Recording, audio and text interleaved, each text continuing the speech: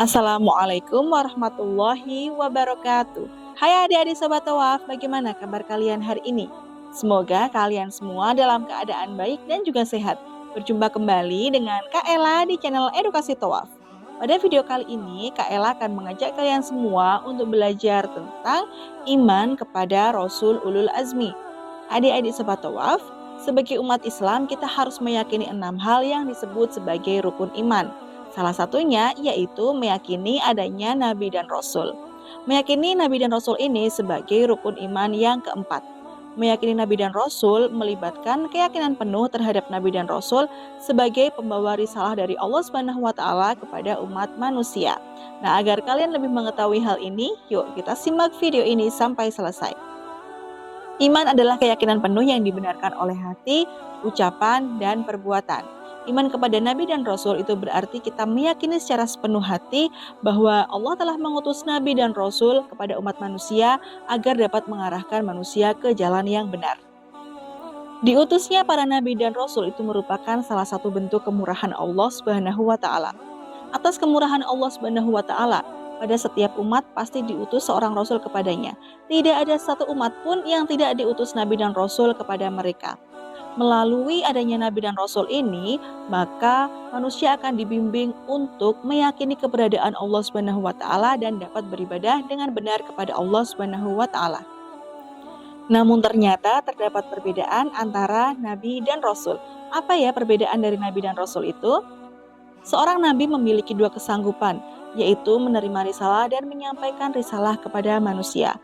Seorang Nabi menerima risalah untuk kebaikannya tanpa harus menyampaikan risalah kepada umat manusia. Sedangkan seorang Rasul itu berkewajiban untuk menyampaikan risalah kepada umat manusia. Adik-adik Sobat Tawaf, meyakini Nabi dan Rasul, maka kita juga harus mengetahui nama-nama Nabi dan Rasul.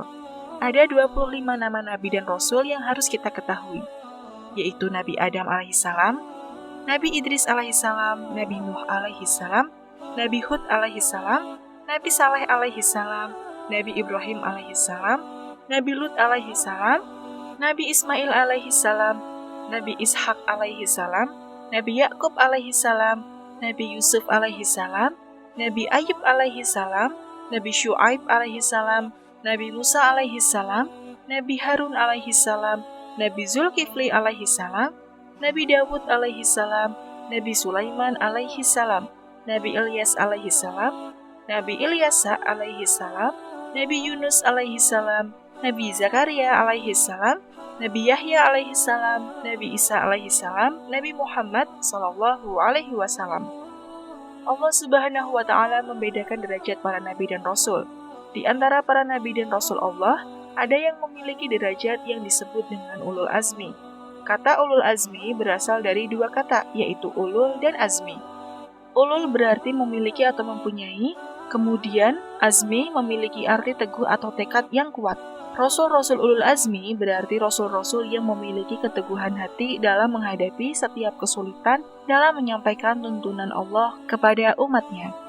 Mereka memiliki kesabaran, ketabahan, dan keteguhan sikap dalam berusaha mencapai tujuan yang telah ditetapkan. Gelar yang diberikan kepada 5 orang rasul yaitu Nuh alaihissalam, Ibrahim alaihissalam, Musa alaihissalam, Isa alaihissalam, dan Muhammad sallallahu alaihi wasallam. 5 rasul ini memiliki kesabaran, ketabahan, dan keteguhan yang luar biasa dalam menjalankan tugas menyampaikan risalah kepada umat. Nah, untuk mempermudah dalam menghafal Rasul Ulul Azmi, maka kalian bisa menyingkatnya dengan NIMIM. Nuh, Isa, Musa, Ibrahim, dan Muhammad. Nah, sekarang kita simak yuk cerita tentang Rasul Ulul Azmi dalam cerita berikut ini.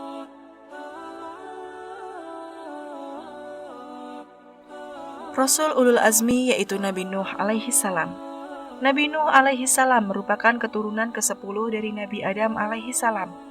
Beliau mengajak manusia agar menyembah Allah Subhanahu wa Ta'ala dan melarang menghambakan diri kepada selain Allah Subhanahu wa Ta'ala.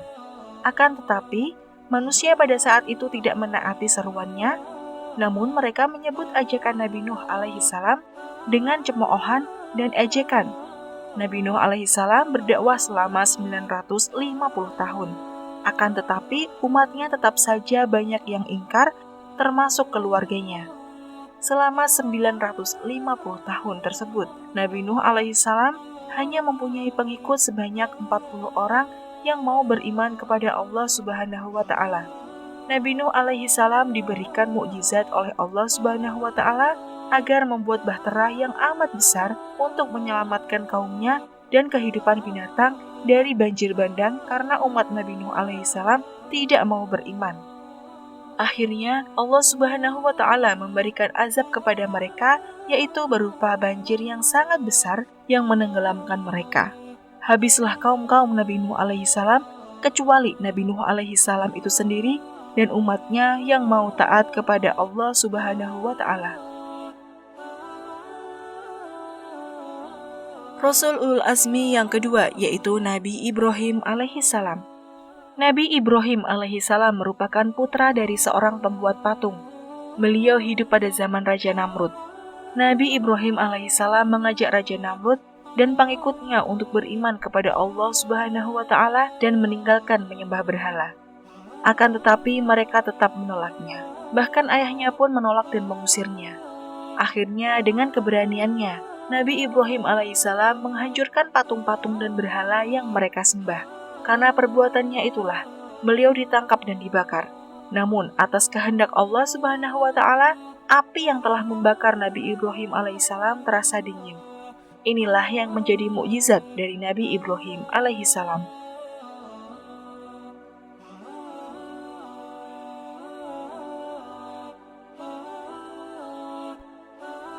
Rasul Ulul Azmi yang ketiga yaitu Nabi Musa alaihissalam. Nabi Musa alaihissalam merupakan putra dari Imron keturunan Bani Israel. Beliau hidup pada masa kerajaan Fir'aun.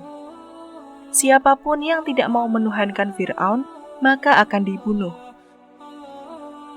Nabi Musa alaihissalam menerima kitab yang bernama Taurat sebagai pedoman dalam berdakwah.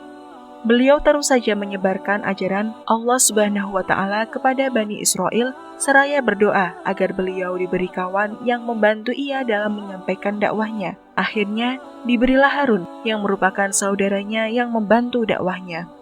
Nabi Musa alaihissalam ditugaskan kepada Bani Israel agar membebaskan mereka dari perbudakan serta membawanya keluar dari Mesir. Kekejaman Raja Fir'aun ini merupakan ujian yang sangat berat bagi Nabi Musa alaihissalam dan menyiksa para pengikutnya. Saat Nabi Musa alaihissalam dan pengikutnya meninggalkan Mesir, Raja Fir'aun dan bala tentaranya mengejar mereka. Sesampainya di tepi Laut Merah, Allah Subhanahu wa Ta'ala memerintahkan Nabi Musa alaihissalam untuk memukulkan tongkatnya ke laut dan Laut Merah pun terbelah menjadi dua. Setelah Nabi Musa alaihissalam dan para pengikutnya sampai di tepi lautan, kemudian Allah Subhanahu wa Ta'ala menenggelamkan Raja Fir'aun dan bala tentaranya yang tidak beriman di Laut Merah.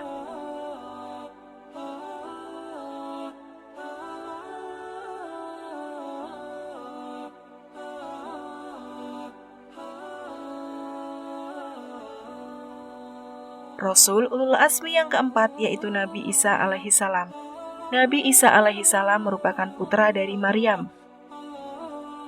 Dengan kekuasaan Allah Subhanahu wa Ta'ala, beliau dilahirkan dengan perantara itu saja. Nah, keajaiban kelahiran ini menjadi ujian bagi umat manusia agar mereka percaya atau tidak terhadap kekuasaan Allah Subhanahu wa Ta'ala. Karena keajaiban kelahiran inilah, beliau mendapat tantangan, cemoohan, dan penolakan dari kaumnya. Namun beliau tetap sabar dan tabah serta terus mengajak umatnya untuk beriman kepada Allah Subhanahu wa Ta'ala.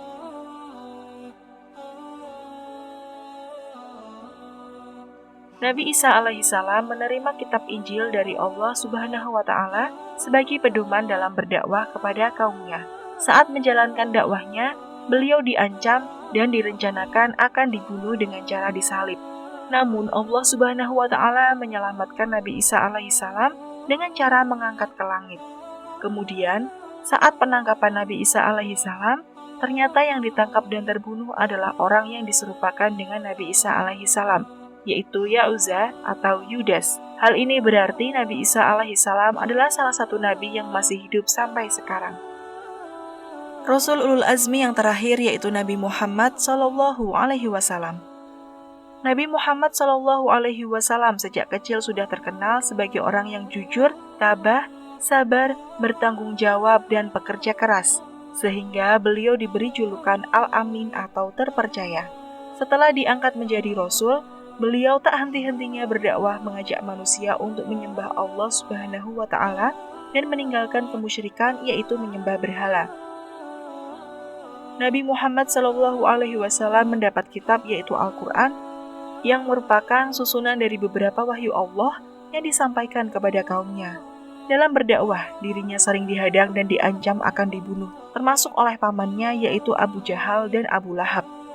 Selain itu, saat Nabi Muhammad SAW selesai beribadah, Abu Jahal sengaja datang beserta komplotannya, kemudian mengotori Nabi Muhammad SAW dengan najis. Namun Nabi Muhammad SAW hanya berdoa kepada Allah Subhanahu wa Ta'ala, "Ya Allah, kepada Engkau aku menyerahkan kaum Quraisy." Di samping itu, tidak sedikit para pengikutnya yang disiksa bahkan dibunuh oleh kaum Quraisy karena banyak ancaman yang ditujukan kepada Nabi Muhammad SAW dan para pengikutnya. Allah Subhanahu wa Ta'ala kemudian memerintahkan Nabi Muhammad SAW dan pengikutnya untuk berhijrah ke Madinah. Nah, itulah tadi materi tentang iman kepada Rasul Ulul Azmi. Semoga dengan materi ini adik-adik semakin bertambah paham dan dapat meneladani kebaikan dari Rasul Ulul Azmi. Cukup sekian dulu penjelasan dari Kak Ella. Jangan lupa untuk like, komen, dan share video ini ke teman-teman kalian semua agar teman-teman kalian dapat belajar bersama di channel Edukasi Thawaf. Oh iya, jangan lupa juga untuk subscribe channel ini ya. Terima kasih, semoga bermanfaat. Wassalamualaikum warahmatullahi wabarakatuh.